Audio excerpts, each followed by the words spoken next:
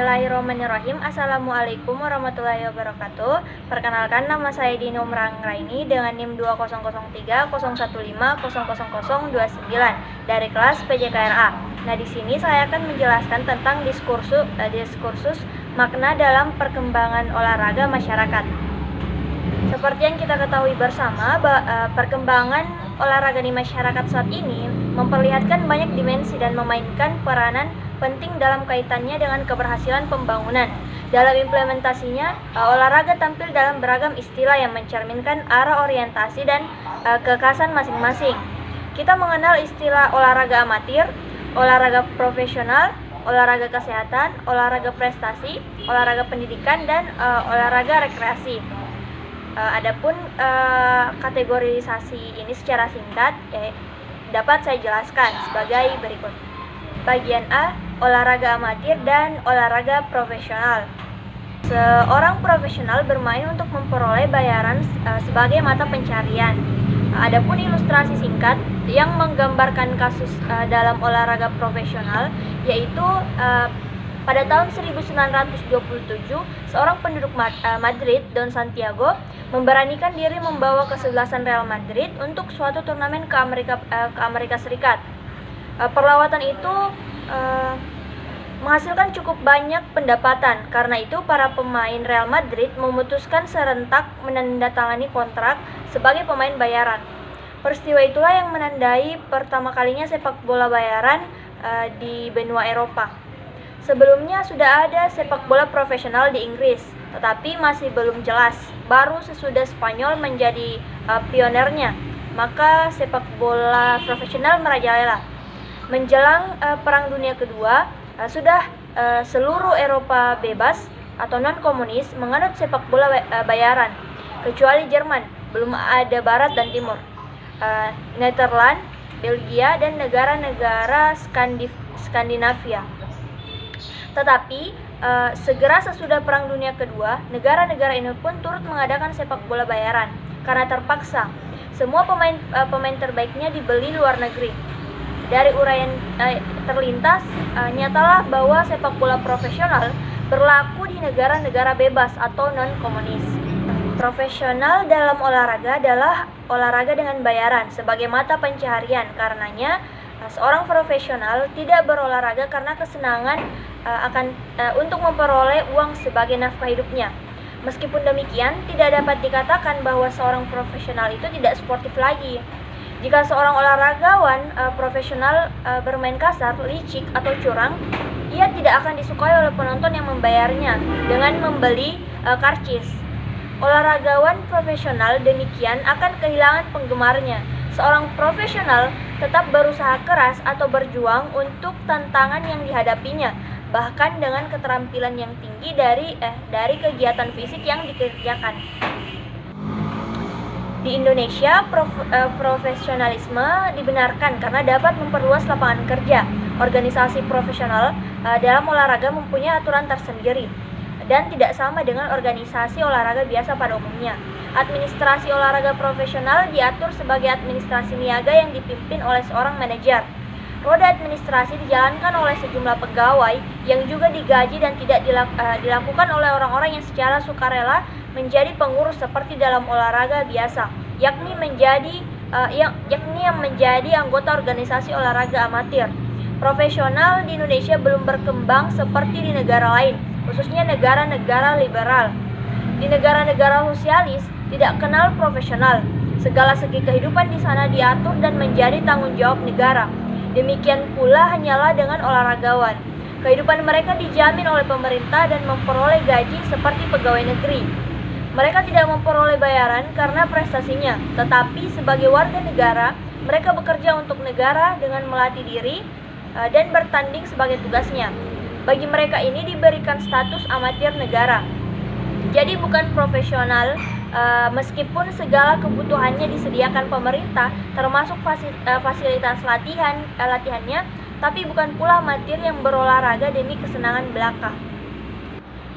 Nah, bagaimana dengan mereka yang amatir tetapi segala fasilitas latihan dan tidak pertandingan tidak mereka biayai sendiri? Dengan memperoleh hadiah-hadiah dalam jumlah besar, sebagai penghargaan atas prestasi yang tinggi. Mereka ini disebut amatir semu. Kita sekarang belajar untuk menjadi seorang guru olahraga sebagai profesi kita kelak. Kita pun harus jadi seorang profesional dalam bidang tugas kita. Apakah dengan demikian kita digolongkan sebagai profesional bila kita juga seorang olahragawan dan turut serta dalam berbagai kesempatan pertandingan? Jawabannya tidak. Karena sebagai guru, tugas kita mendidik siswa. Tugas kita di luar organisasi olahraga profesional, dan kita tidak melatih para atlet yang khusus dipersiapkan untuk dipertandingkan bayaran. Rupanya seluruh negara di dunia ini sepakat tentang hal ini.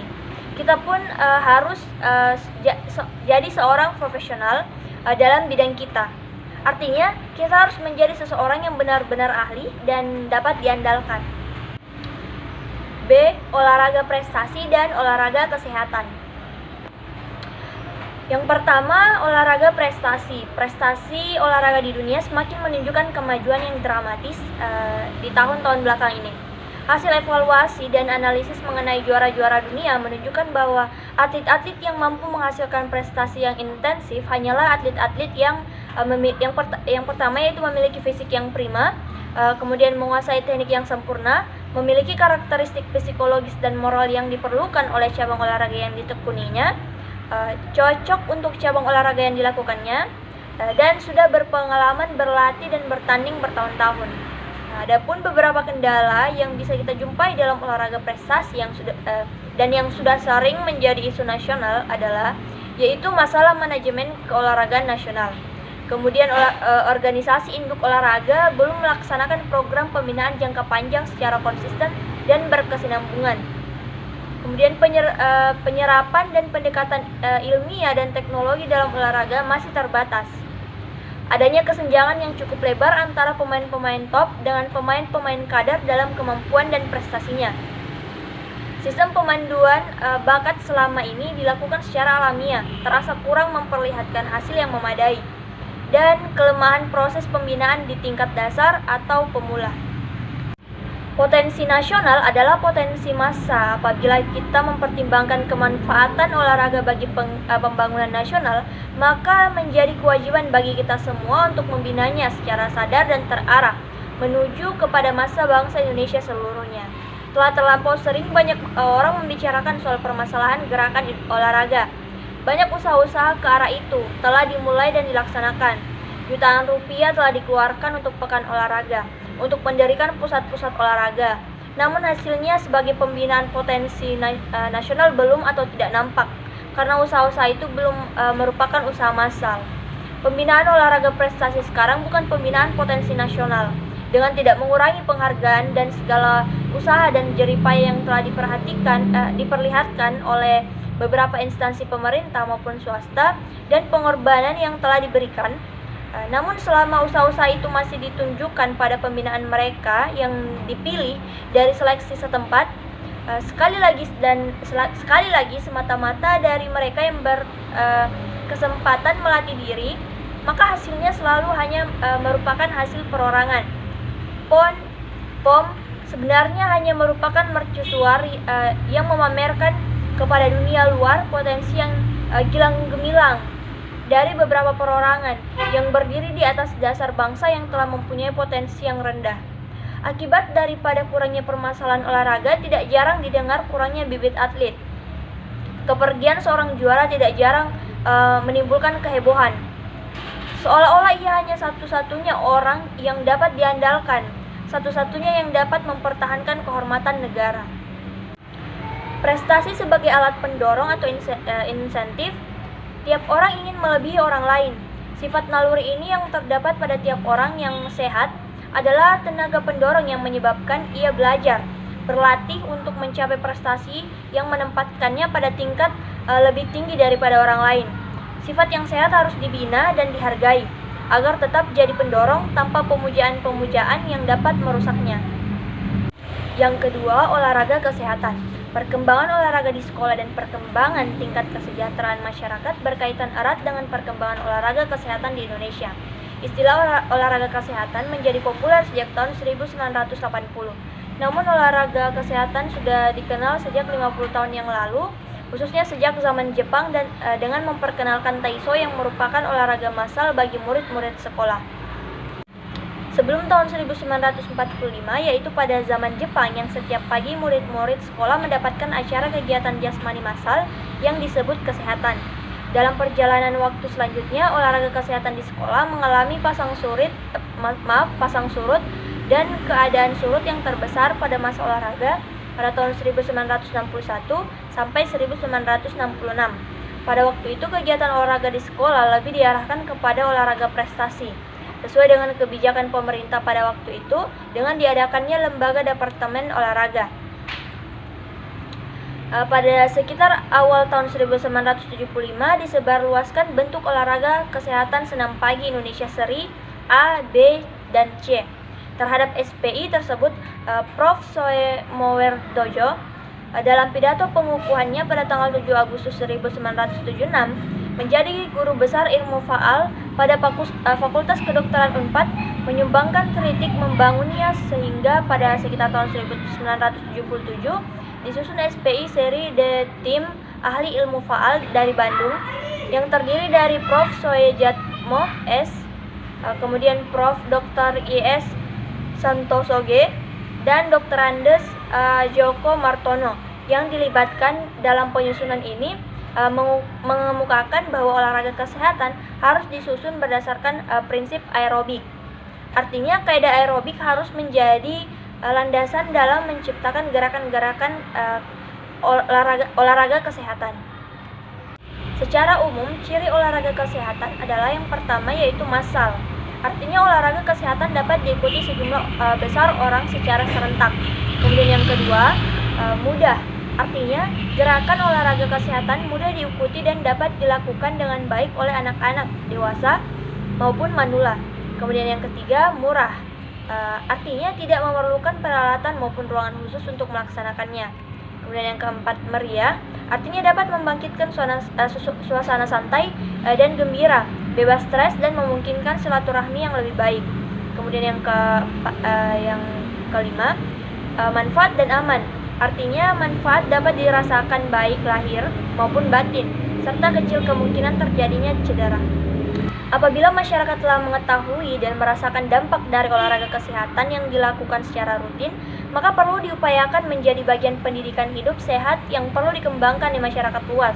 Dan pada akhirnya, peningkatan kebugaran jasmani yang menjadi dasar pemeliharaan kesehatan, produktivitas kerja, dan prestasi olahraga pada dasar-dasarnya dapat dilaksanakan dengan cara antara lain yang pertama, menyebarluaskan kesadaran pada masyarakat tentang peran dan pentingnya membina kesegaran jasmani.